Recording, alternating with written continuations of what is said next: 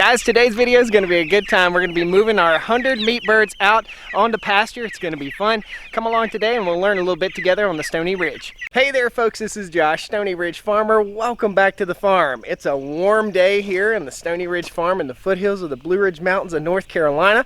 And what we're going to be doing today is moving our baby birds. We bought chicks. I guess they've been in here for 2.5 weeks in the brooder, and we're going to be moving them out to the mobile coop today. So come along as we take our chicks who are clearly ready. Let's show you real quick. They're crowded.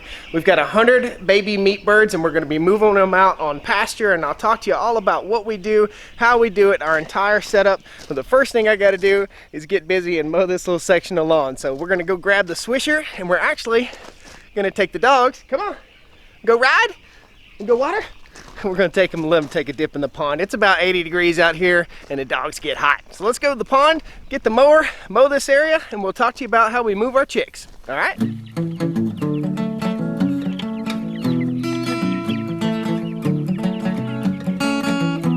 Stoney Ridge Farm, Stoney Ridge, Stoney Ridge Farm. You want to go ride? You want to go to the water? Huh? Come here, Bexy. You want to go water? Yes. Happy dogs. Happy, happy, happy, happy, happy, happy dogs. Good. Let's go. Folks, if this is your first time to the Stoney Ridge Farm, welcome to the farm. This is our dream. This is our home. It's a 150-acre farm here in the foothills of the Blue Ridge Mountains of North Carolina. We've taken it from a briar patch to what you're about to see, a very beautiful place.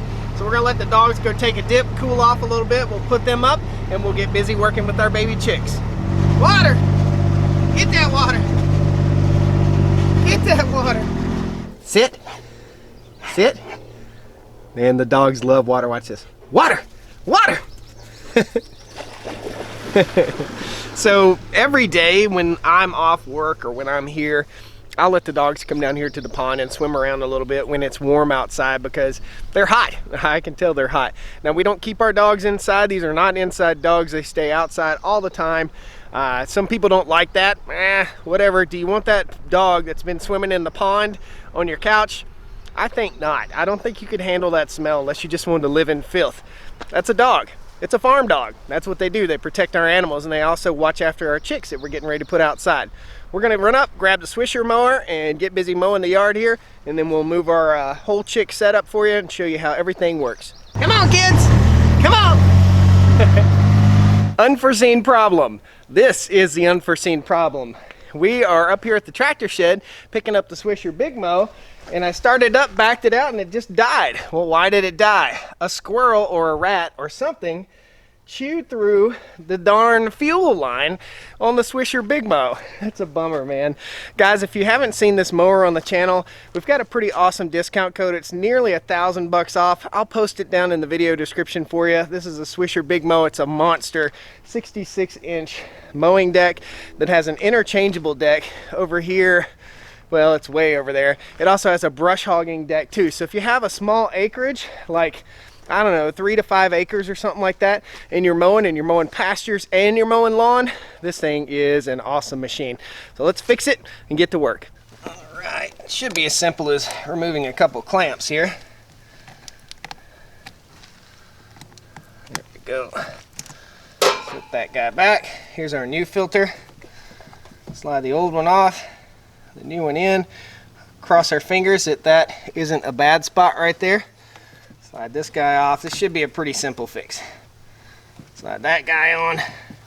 Probably should cut this bad piece off, but we want to get the job done for today, so we'll take care of that at another time when I'm not busy. Okay, slip that on. Should be good to go. All right, that should fill up with fuel.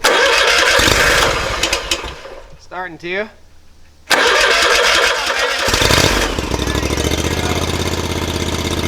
Back in business. Look at that. Why in the world would a squirrel or a rat want to eat that? Ugh. Let's get busy.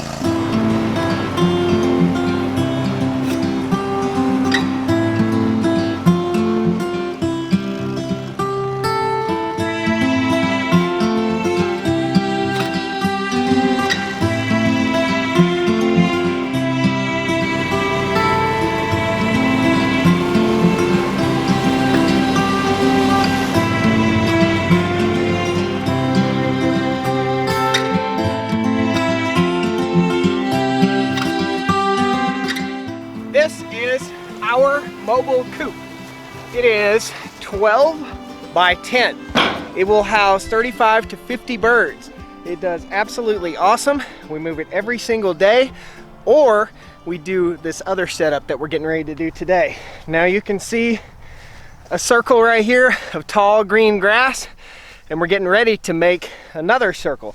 So this is Premier One shock or not poultry netting.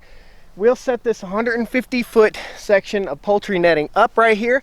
We'll move our mobile coop into that section. We'll jack it up on one side so the birds have a safe place to go, a place to go in the shade, and they can explore grass. Now, what's so important about getting your birds out on pasture? This is the way a chicken is supposed to live. This is how we fertilize our yard. This is what we do. This is how we establish pasture land. This is how we establish good soil. We move our birds out here on pasture. Now, why did we cut the grass? Well, we need the grass about that tall so that the shock or not poultry netting goes all the way down to the ground, because if we put it in this tall grass over here, the birds would escape. They could go up underneath. Now, the poultry netting serves two purposes. The poultry netting serves as protection from predators for the birds, and it also serves as a way to contain the birds. Now, this is shock or not netting. It's a little bit different. We'll go over and get a close-up of it here in just a minute, but we use a solar fence charger and a IntelliShock 60 solar fence charger.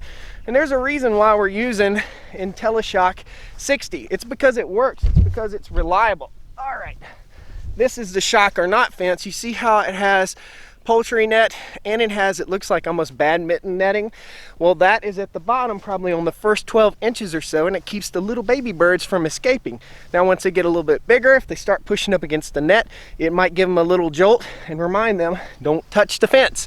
Now, if a critter comes up like a coyote or a fox or something like that and touches their nose to that, boom, it hits and it shocks the snot out of them.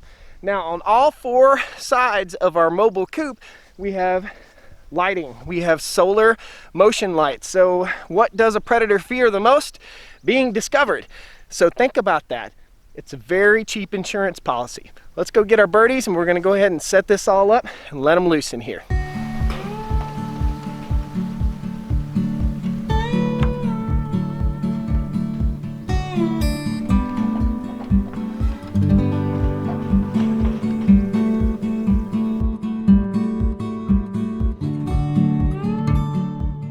Okay, this is the IntelliShock 60. It is a solar-powered, self-contained, movable fence charger, and it's designed basically for this Premier One fencing, but you can use it on pretty much any fencing. So we have a ground rod. That's our ground rod. This is our ground clamp. Negative there. We face this south, since we're in the northern hemisphere. Mash it in the ground, just like so. Then take our little clip here, if we didn't cut it, and we'll clip it on to our Premier fencing right here. So we just clip right there. This will connect these two pieces of fence.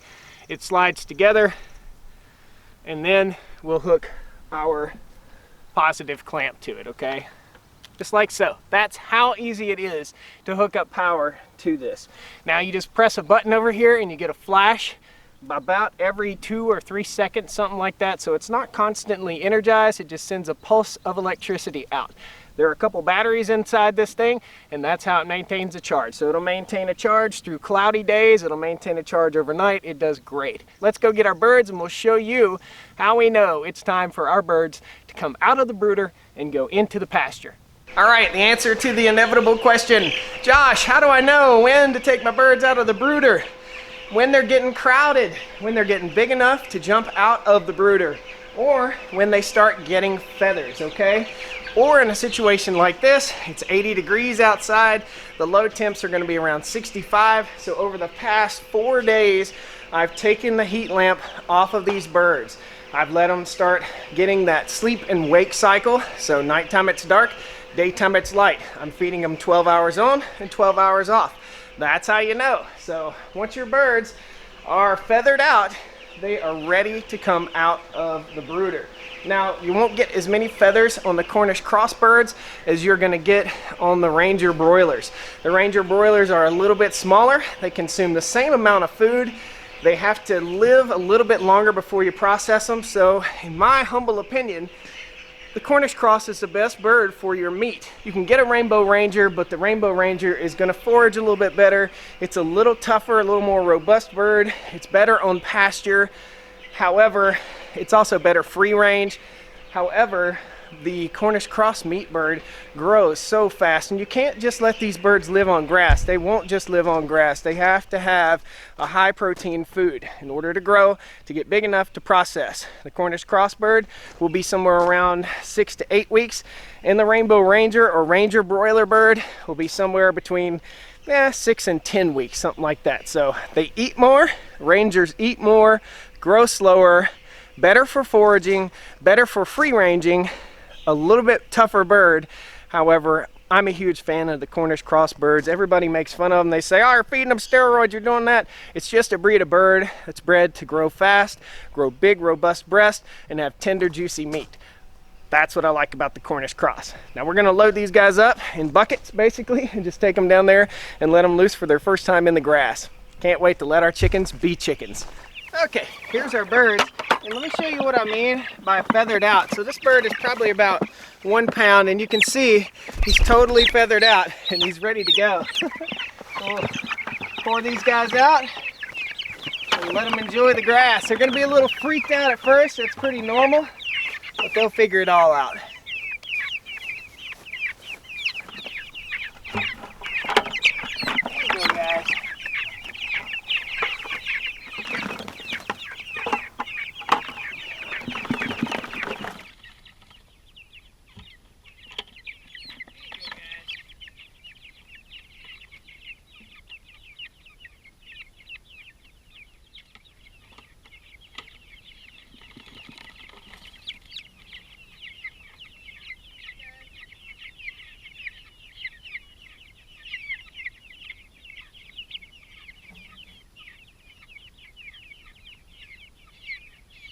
All right, so they're all introduced to the new coop.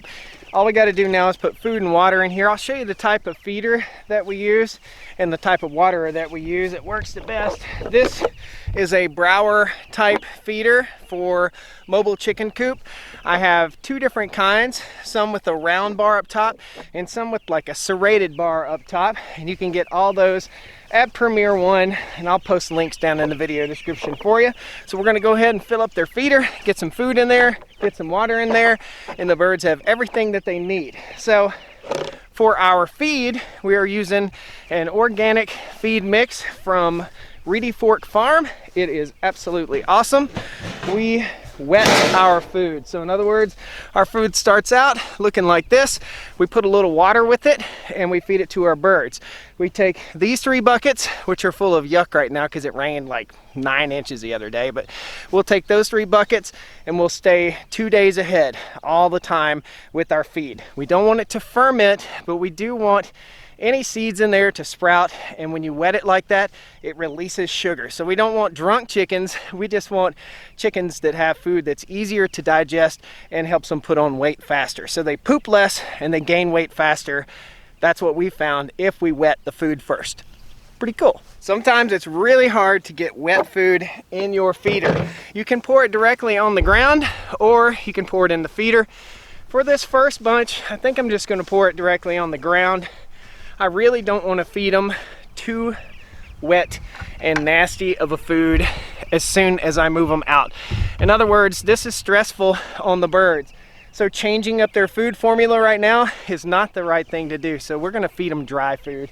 And then over the next few days, we'll start introducing them to wet food. You don't want to shock your animals. Same thing goes with cows. You can't just put them out on fresh green forage after they've been eating hay and grain. It'll make them sick, so it'll give the chickens the squirts. We don't want that. So this is our water setup right here. This is one of our waters. I like it. You just basically set this down in. You make sure the spout is down the hill, and it has a big old lid on it here so that you can just pour a 5-gallon bucket in there. And it holds about 5 gallons-ish, something like that. And that needs to set almost on level ground, and you need the spout always facing down the hill. We're gonna go ahead and fill up our feeder real quick, and that's it. That's awesome. Our birds are out on pasture. Whew, got a big old clump of food right there. It got wet. It's all good. Chickens will eat most anything, guys. So if you don't have backyard chickens yet, consider getting them. You can do this. We're on 150 acres here. You can do this on 1/3 of an acre, and you can feed your family.